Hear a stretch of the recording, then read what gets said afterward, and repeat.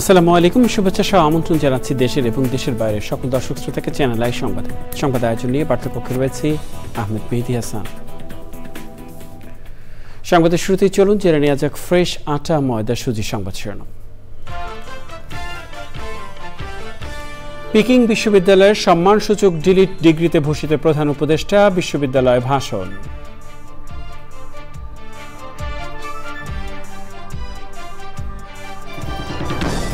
Myanmar ও থাইল্যান্ডে 7.7 মাত্রার ভূমিকম্পে 1.5 শতাধিক মৃত্যু, ক্ষতিগ্রস্ত ভবনের নিচে আটকা পড়াদের উদ্ধারে অভিযান। বরিশালে দুস্থদের মাঝে প্রকৃতি ও জীবন ক্লাবের নিত্যপণ্য সরবরাহ, মানবিক সহায়তা কার্যক্রমের প্রশংসায় বিশিষ্টজনেরা।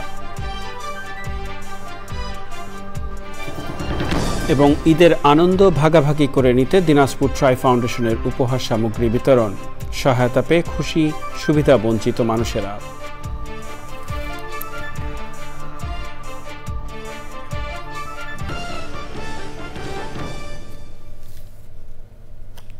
সংবাদ শিরোনামগুলো জানাচ্ছিলাম। প্রিয় দর্শক, এখনকার সংবাদ আয়োজন একই সঙ্গে চ্যানেল আইয়ের ইউটিউব চ্যানেলে এবং চ্যানেল আইয়ের ওটিটি প্ল্যাটফর্ম আই স্ক্রিনে লাইভ স্ট্রিমিং হচ্ছে। যাওয়া যাক বিস্তারিত সংবাদে। চীনের পিকিং বিশ্ববিদ্যালয়ে বক্তৃতা করেছেন প্রধান উপদেষ্টা অধ্যাপক মোহাম্মদ ইউনুস। পিকিং বিশ্ববিদ্যালয় বাংলাদেশের প্রধান উপদেষ্টাকে সম্মানসূচক ডক্টরেট ডিগ্রি প্রদান করেছে। আমরা সরাসরি যাচ্ছি সেখানে। We are not bounded by the old ideas and old thinking, old practices. We are free. So that's why education is the core. And today technology makes it very easy to reach out to every single person with education of any kind that you want. Which kind will you want? That's a key issue. So the key issue for education, first part of the education, I feel very strongly when we go from bottom classes, in the first time you go to the school, academic system will raise a question with you all the time. What is the purpose of your life? You define yourself. Teachers cannot help you. Teachers can tell you others how did they do it and what is it that you want. So along the way, when you learn your math, you learn your language, you learn your geography, you continue to think, what is the purpose of my life? Because today we have education, but not the purpose of life. Unnoticed purpose of life, we pick it up. We have to be rich, we have to have a big villa or big cars or something. That could not be purpose of life. Human life is a very precious process. It's a unique process. Each individual is a unique person. A person who will not be repeated in the entire history of the world. You are so unique. So that uniqueness of you must be expressed by uniqueness of your thinking. And what is your thinking about yourself? You have the power to change the world. Each one single individual has the power to change the world. Are you going to use that power? If you don't use it, it will be wasted away. It will never happen because you are a unique person. Not somebody else will be doing exactly the same thing that you are thinking about. So don't waste that time. That's the education system that we are looking for. Thank you. ধন্যবাদ। ঈদ উপলক্ষে Sadarghat launch terminal দিয়ে বাড়ি ফিরতে শুরু করেছেন দক্ষিণাঞ্চলের যাত্রীরা। সেখানে রয়েছেন সহকর্মী রিয়াজ ইসলাম, সরাসরি যাচ্ছি তার কাছে। রিয়াজ, আপনি রয়েছেন সদরঘাট লঞ্চ টার্মিনালে, যাত্রীদের উপস্থিতি কেমন দেখছেন? মেহেদী, সকাল থেকে আসলে দেখেছি যে এই সদরঘাট প্রাঙ্গণে কিন্তু লঞ্চ টার্মিনালে সেখানে কিন্তু উৎসুক মানুষের অনেক ভিড় এবং তারা কিন্তু এই বরিশালে যাওয়ার জন্য কিংবা ভোলা, চর ফ্যাশন এবং হাতিয়া যার জন্য আসছেন। মূলত এখন যে লঞ্চগুলো ছেড়ে যাচ্ছে সেগুলো কিন্তু ভোলা এবং হাতিয়ার উদ্দেশ্যে এবং চাঁদপুরের উদ্দেশ্যে, এবং বরিশালের লঞ্চগুলো সেগুলো বিকালে ছাড়বে। তবে যে বিষয়টা জানাতে চাই যে এখন যে যাত্রীর চাপ রয়েছে সেটি মূলত আরও বাড়বে দুপুরের পর থেকে, এমনটি বলছিল এখানকার লোকজন। তবে এখন পর্যন্ত বিআইডব্লিউটিএ যে তথ্য দিয়েছে আমাদের কাছে, 40টি লঞ্চ এই সদরঘাট পল্টনে এসেছে এবং প্রায় 11টি লঞ্চ কিন্তু ছেড়ে গিয়েছে বিভিন্ন রুটে। তবে মানুষ যেটি বলছে আসলে ভাড়া আগের মতোই রয়েছে, কোনো বাড়তি ভাড়া নেওয়া হচ্ছে না। সেই সাথে যদি বলি, পুলিশের পক্ষ থেকে তল্লাশি করার মাধ্যমে যে এই পল্টনে যুক্ত দেওয়া হচ্ছে, সব মিলিয়ে বলতে গেলে এখানে কিন্তু উৎসব বিরাজ করছে। মেহেদি। রিয়াজ, আপনাকে অসংখ্য ধন্যবাদ। কথা বলছিলাম সহকর্মী রিয়াজ ইসলামের সাথে, জানাচ্ছিলেন সদরঘাট লঞ্চ টার্মিনালের সর্বশেষ পরিস্থিতি। চলে যাচ্ছি পরবর্তী সংবাদে। শক্তিশালী ভূমিকম্পে মিয়ানমার ও থাইল্যান্ডে কমপক্ষে 1.5 শতাধিক নিহত ও 7 শতাধিক আহত হয়েছেন। ভূমিকম্পে থাইল্যান্ডের একটি নির্মাণাধীন ভবন ধসে পড়ে অনেকেই নিখোঁজ হয়েছেন। ভূমিকম্পের পর মিয়ানমারের 6 রাজ্য এবং থাইল্যান্ডের ব্যাংককে জরুরি অবস্থা জারি করা হয়েছে। 7.7 মাত্রার এই ভূমিকম্পে রাস্তাঘাট সহ বহু ভবন ধসে পড়েছে। ভয়াবহ এই ভূমিকম্পের পর আন্তর্জাতিক সাহায্যের আবেদন জানিয়েছে মিয়ানমারের জান্তা সরকার।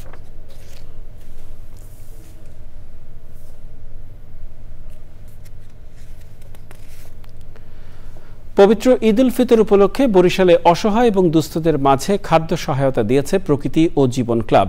ঈদের আগে খাদ্য সহায়তা পেয়ে কৃতজ্ঞতা জানিয়েছেন উপকারভোগীরা।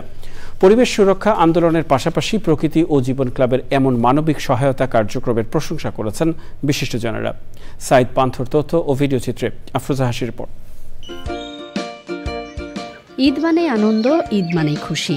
তবে স্বাদ আর সামর্থ্যের বেড়াজালে সমাজের নিম্নবিত্ত ও সুবিধা বঞ্চিতদের কাছে ঈদের আনন্দ অনেকটাই ধরাছোঁয়ার বাইরে। ঈদের আনন্দ ভাগাভাগি করে নিতে তাই বরিশালের জাহানারা ইসরায়েল স্কুল অ্যান্ড কলেজে অসহায় মানুষকে চালসহ নিত্য প্রয়োজনীয় খাদ্য সামগ্রী দিয়েছে প্রকৃতি ও জীবন ক্লাব। ঈদ উপহার পেয়ে কৃতজ্ঞতা ও স্বস্তি জানান উপকারভোগীরা। ঈদের বাজার পেয়েছি, আমার সহপরিবারকে দিয়ে সবাইকে নিয়ে হাসি মুখে আমি ঈদ করতে পারবো। আমরা গরিব মানুষ, আমরা ঈদের বাজার দিচ্ছি, সবাই যেন আমরা টাইটেল পাক দিলে আর যেন ভালো থাকে, সবাই আবার দিতে পারে। আমাকে গরিবের জন্য খুবই ভালো হয়েছে যে চ্যানেল আই এর জন্য আমরা খুবই আন্তরিকভাবে ধন্যবাদ। প্রকৃতি ও জীবন ক্লাবের এমন উদ্যোগকে সাধুবাদ জানিয়ে মানবতার সেবায় সমাজের বিত্তবানদেরও এগিয়ে আসার আহ্বান জানান অতিথিরা। এটা তাদের ঈদের আনন্দ দ্বিগুণ বাড়িয়ে দিল আমি মনে করি। আর সবার মাঝে ঈদের আনন্দ ভাগাভাগি করাটাই হচ্ছে ঈদের প্রকৃত আনন্দ। এটা খুবই ভালো একটা উদ্যোগ। যারা বিত্তবান ব্যক্তি রয়েছেন, সংস্থা রয়েছেন, তাদেরকে আমি আপনাদের মাধ্যমে অনুরোধ জানাবো, যার যার সামর্থ্য অনুযায়ী মানুষজনের মধ্যে ঈদের আনন্দ ভাগাভাগি করা। ঈদের খুশি ভাগাভাগির জন্য সাধারণ মানুষের মধ্যে ঈদ সামগ্রী উপহার বিতরণকে স্বাগত জানাই এবং প্রকৃতি ফাউন্ডেশনকে ধন্যবাদ জানাই। ভবিষ্যতেও অসহায় দুস্থ মানুষের পাশে থাকার প্রত্যয় আয়োজকদের। যারা এই অঞ্চলের অত্যন্ত দরিদ্র, তাদের যারা লজ্জায় হাত পাততে পারে না, তাদেরকে আমরা টার্গেট করে সামান্য ঈদ উপহার দিয়েছি। আমরা ঈদ সামগ্রী বিতরণ করেছি প্রকৃতি জীবন ক্লাবের মধ্য দিয়ে, এবং আমরা ভবিষ্যতে সামনেও মানুষের আত্মমানবতার সেবায় আমরা প্রকৃতি জীবন ক্লাব সচেষ্ট আছি। প্রতিষ্ঠার শুরু থেকেই পরিবেশ ও জীববৈচিত্র্য সংরক্ষণের পাশাপাশি বছর জুড়েই সারা দেশে মানবিক সহায়তা কার্যক্রম পরিচালনা করে আসছে প্রকৃতি ও জীবন ফাউন্ডেশন এবং প্রকৃতি ও জীবন ক্লাব। আফরোজা হাসি, প্রকৃতি ও জীবন ডেস্ক, চ্যানেল আই। এদিকে ঈদ আনন্দ ভাগাভাগি করে নিতে দিনাজপুরে গরিব অসহায় মানুষের মাঝে খাদ্য সামগ্রী বিতরণ করেছে স্বেচ্ছাসেবী সংগঠন ট্রাই ফাউন্ডেশন। চাল, ডাল, সেমাই, চিনি, গুঁড়া দুধ, লবণ, আলু সহ নিত্যপণ্য খাদ্য সামগ্রী পেয়ে খুশি এসব মানুষ। প্রতি ঈদে খাদ্য সামগ্রী বিতরণের এই মহতী উদ্যোগের প্রশংসা করেছেন বিশিষ্টজনেরা। শাহ আলম শাহির তথ্য ও ভিডিও চিত্রে আল মুকসিদের রিপোর্ট। সুবিধাবঞ্চিত মানুষগুলোর সাথে ঈদ আনন্দ ভাগাভাগি করে নিতে ট্রাই ফাউন্ডেশন বিভিন্ন জেলার পাশাপাশি প্রতিবারের মতো এবারও দিনাজপুরে খাদ্য সামগ্রী বিতরণ করেছে। নিত্যপণ্য ও খাদ্য সামগ্রীর প্যাকেট তুলে দেয়া হয় অসহায় মানুষের হাতে। এসব পেয়ে খুশি তারা। ঈদে চাল, ডাল, চিনি, লবণ সেমাই দিয়ে মানে সাহায্য করার জন্য অসংখ্য ধন্যবাদ। সবকিছু আমরা পাইলাম, আমরা আনন্দভাবে ঈদ করবো। ভালো যাবে, আল্লাহ আপনাদের ভালো রাখুন। এই রমজান মাসে আমাকে ঈদের উপলক্ষে এই উপদান কইছে, আমার কাছে লাখ লাখ শুকরিয়া। এবার প্রথম পাইছি, ঈদটা ভালো কাটিয়ে। ট্রাই ফাউন্ডেশন থেকে যতটুকু সহায়তা পাইলাম, লবণ, চাল, ডাল সবাই আমরা ঈদে ভাগাভাগি এই আনন্দে। সবাই মানুষের জন্য আপনি সুবিধা করছেন, আপনার ভালো হবে। এতে আরো যেন আগামীতে সবাই উপস্থিত দিতে পারে, আপনারা দোয়া রাখেন। ট্রাই ফাউন্ডেশনের মহতি উদ্যোগকে সাধুবাদ জানিয়েছে বিশিষ্টজনেরা। তাদের এই ঈদ উপলক্ষে আজকে যে ঈদের সামগ্রী বিতরণ করা হচ্ছে, আমার বিশ্বাস যে ট্রাই ফাউন্ডেশন এই কর্মধারা অব্যাহত রাখবে। ট্রাই ফাউন্ডেশন কর্তৃক আয়োজিত আজকের এই মহতি অনুষ্ঠানে আমি ধন্যবাদ জানাচ্ছি ট্রাই ফাউন্ডেশন কর্তৃপক্ষকে।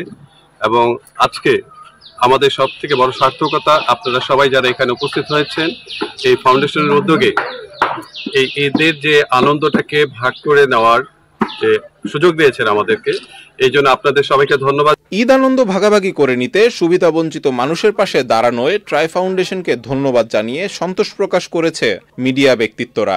যে বর্তমান পরিবর্তিত সময়ে যে অবস্থা আমরা বিরাজ করছি, এই সময়টা অবশ্যই আমাদের জন্য ক্রান্তিকাল। এই সময়ের মধ্যে আমরা চাইবো যে ট্রাই ফাউন্ডেশনের পক্ষ থেকে যারা আপনাদের পাশে দাঁড়িয়েছে তাদের জন্য আপনারা দোয়া করবেন, যেন আগামীতে যেন আপনাদের পাশে আরো বেশি বেশি করে তারা তাদের সাহায্য সহযোগিতা নিয়ে দাঁড়াতে পারে।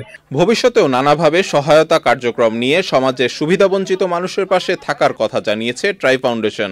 মানুষ মানুষের জন্য সামনে পবিত্র ঈদ উল ফিতর, আমাদের ট্রাই ফাউন্ডেশনের পক্ষ থেকে আমরা এসেছি ঈদের আনন্দকে ভাগাভাগি করতে। আমাদের ছোট্ট সহায়তা আপনাদেরকে হয়তো ঈদের আনন্দকে বাড়িয়ে দেবে, তার চেয়ে বেশি আমরা বেশি আনন্দিত হব যে আমরা একে অপরের পাশে দাঁড়াতে পেরেছি। দিনাজপুর শহরের চাউলিয়াপট্টির স্বাস্থ্য প্রকৌশল অধিদপ্তরের স্টাফ কোয়ার্টার মাঠে 2 শতাধিক মানুষের মাঝে ট্রাই ফাউন্ডেশনের এই খাদ্য সামগ্রী বিতরণ করা হয়। আল মুকসিদ, চ্যানেল আই। প্রিয় দর্শক, সময় হলো কিছুক্ষণের বিরতি নেবার। আমন্ত্রণ আরও একবার চ্যানেল আই সংবাদে। স্বাধীনতার চেতনার সঙ্গে পরিবেশ রক্ষার আহ্বান এক সূত্রে গাঁথতে অন্তর্জালে মুক্তি পেল প্রকৃতি ও জীবন মিউজিক ক্লাবের থিম সং সবুজের আহ্বান। আবহমান বাংলার সাংস্কৃতিক ঐতিহ্য এবং প্রাণ প্রকৃতি রক্ষার বার্তায় দর্শকদের দিয়েছে এক ভিন্ন মাত্রা। ভবিষ্যতের নিরাপদ ধরিত্রী বিনির্মাণে দখল দূষণ রোধের পাশাপাশি পরিবেশ বান্ধব জীবন আচারে গুরুত্ব আরোপ করা হয়েছে সবুজের আহ্বানে। আফরোজা হাসির রিপোর্ট।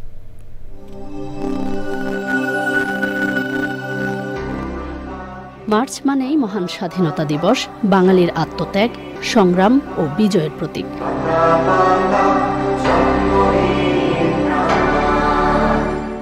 বিশেষ দিন উদযাপনে তাই অন্তর্জালে মুক্তি পেয়েছে প্রকৃতি ও জীবন মিউজিক ক্লাবের থিম সং সবুজের আহ্বান।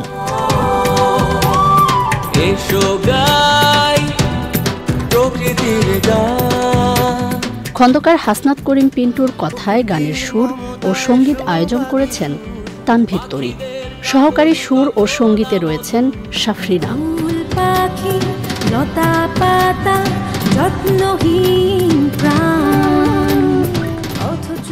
প্রকৃতিবন্ধু মকিত মজুমদার বাবুর পরিকল্পনা ও পরিচালনায় গানে কণ্ঠ দিয়েছেন তানভীর তরি, মঈন খান, নওশিন শারমিলি, কেয়াসুহি, জিয়াউল হক ভূঁইয়া ও সাফরিনা।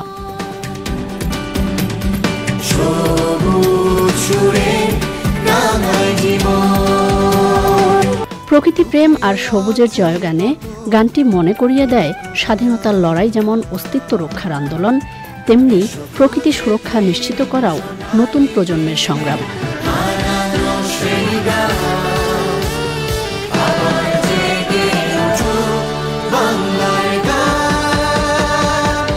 ইতিমধ্যে গানটির ভিডিও চিত্র প্রচারিত হয়েছে চ্যানেল আইয়ের পর্দায়। পাশাপাশি গানটি পাওয়া যাচ্ছে প্রকৃতি ও জীবন মিউজিক ক্লাব এবং প্রকৃতি ও জীবন ফাউন্ডেশনের অফিসিয়াল ইউটিউব চ্যানেল ও ফেসবুক পেজে। গানটিকে যে কোনো মোবাইল অপারেটরের কলার টিউন হিসেবে ব্যবহারের কোড 13910657।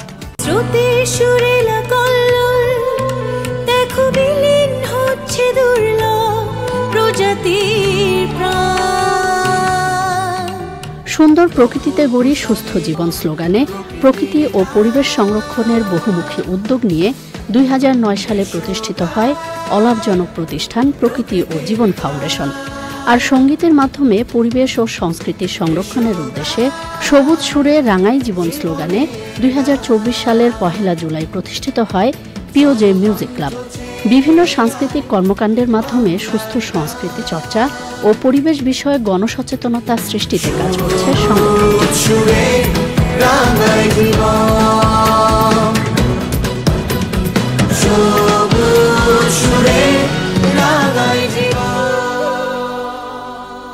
আফরোজা হাসি, চ্যানেল আই। এ পর্যায়ে নিটল টাটা কৃষি সংবাদ।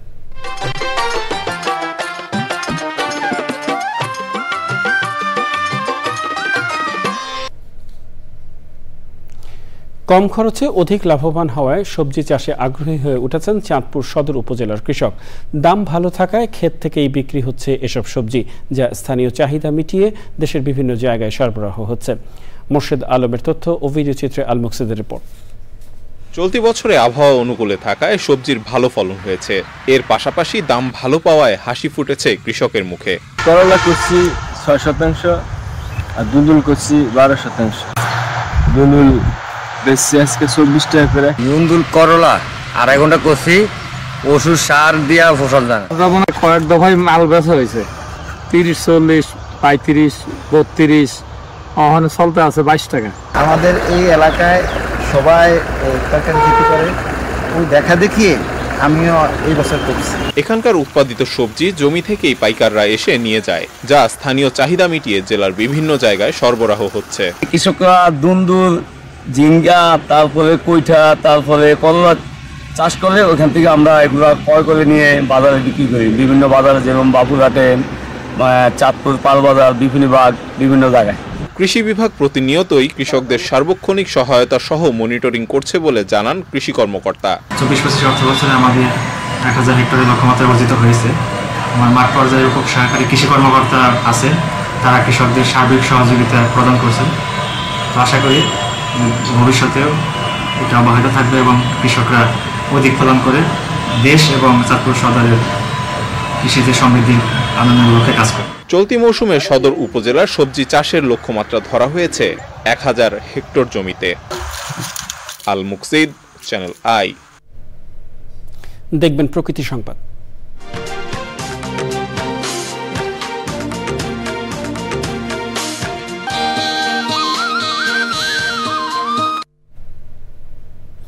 নোয়াখালীর হাতিয়ায় মেঘনা নদীর ভাঙন রোধে কাজে দুর্নীতির অভিযোগ উঠেছে। ঠিকাদারের বিরুদ্ধে জিও ব্যাগ, নিম্নমানের বালি কাজে ধীর গতি সহ নানা অনিয়মের অভিযোগ করেছেন স্থানীয়রা। এতে বর্ষায় তীব্র নদী ভাঙনের সংখ্যায় নদী পারের মানুষ। অভিযোগের সত্যতা স্বীকার করে নিম্নমানের বালি অপসারণের কথা বলেছে পানি উন্নয়ন বোর্ড। আলাউদ্দিন শিবলুর তথ্য ও ভিডিও চিত্রে মুশাহিদ রানীর আরও একটি রিপোর্ট। 2024 সালে 378 কোটি টাকা ব্যয়ে নোয়াখালীর হাতিয়ার নলেরচর এলাকায় জিও ব্যাগ দিয়ে শুরু হয় নদী ভাঙন প্রতিরোধের কাজ। শুরুতে কর্মতৎপরতা স্বাভাবিক থাকলেও ধীরে ধীরে কমতে থাকে কাজের গতি। প্রকল্পের 2 ঠিকাদারি প্রতিষ্ঠানের দ্বন্দ্বে কাজে অনিয়ম ও দুর্নীতি শুরু হয় বলে অভিযোগ স্থানীয়দের। বস্তা যেগুলো দেওয়ার কথা এই বস্তাগুলো দিচ্ছে না ওরা। দেখেন বস্তাগুলো পাতলা পাতলা, আর এই যে ফাঁক ফাঁক করে দিচ্ছে এখন বস্তাই নাই। কিছু ক্ষমতাশীল লোকেরা প্যাকেজ নেওয়ার কারণে বালিগুলো 2 নাম্বার দিতেছে, যেমন পাউডার বালু দিতেছে, মাটি বালু। বস্তা ঠিক মতো ফালাতেছে না, যেইলা ফালাতেছে না। অতি দ্রুত যাতে কাজের গতি আরো বাড়ে এবং এটাই আপনাদের কাছে দাবি করছি। তবে পানি উন্নয়ন বোর্ডের নির্দেশনা অনুযায়ী কাজ হচ্ছে বলে দাবি ঠিকাদার প্রতিষ্ঠানের। পানি উন্নয়ন বোর্ড চেক করে, এখানে আমাদের কোনো কিছু করারই থাকে না। আমরা ধরেন একটা মাল অর্ডার দিয়ে আনাইলে ওই মালটা যদি সঠিক না ওরা রিজেক্ট করে আবার ফেরত চলে যায়। তো এখানে আমাদের হাতে কিছু নাই, এটা কর্তৃপক্ষ নিজেরাই তত্ত্বাবধান করে। দুর্নীতি ও অনিয়ম রোধে নিবিড়ভাবে পর্যবেক্ষণ করা হচ্ছে বলে জানিয়েছে পানি উন্নয়ন বোর্ড। বিভিন্ন সময়ে কিছু চিকন বালি আসলেও সেগুলো আমরা ফেরত পাঠিয়েছিলাম, সেগুলো আমাদের এলাও করার সুযোগ নেই। যে ওদের গতি আপনারা যেরকম বলছেন যে স্লো, আসলে কিছু মাস আগেও কিন্তু এরকম কিছুটা স্লো ছিল। আমরা এই জন্য বারবার ওনাদেরকে তাগাদাপত্র দিয়েছিলাম।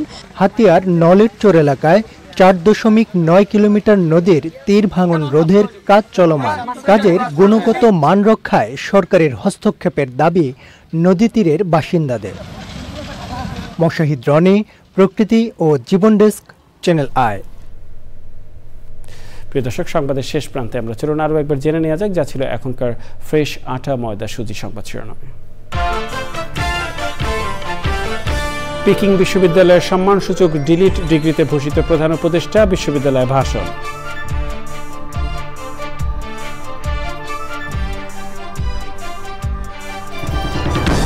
মিয়ানমার ও থাইল্যান্ডে 7.7 মাত্রার ভূমিকম্পে 1.5 শতাধিকের মৃত্যু, ক্ষতিগ্রস্ত ভবনের নিচে আটকা পড়াদের উদ্ধারে অভিযান। বরিশালে দুস্থদের মাঝে প্রকৃতি ও জীবন ক্লাবের নিত্য পণ্য সরবরাহ, মানবিক সহায়তা কার্যক্রমের প্রশংসায় বিশিষ্টজনেরা। এবং ঈদের আনন্দ ভাগাভাগি করে নিতে দিনাজপুরে ট্রাই ফাউন্ডেশনের উপহার সামগ্রী বিতরণ, সহায়তা পেয়ে খুশি সুবিধাবঞ্চিত মানুষেরা।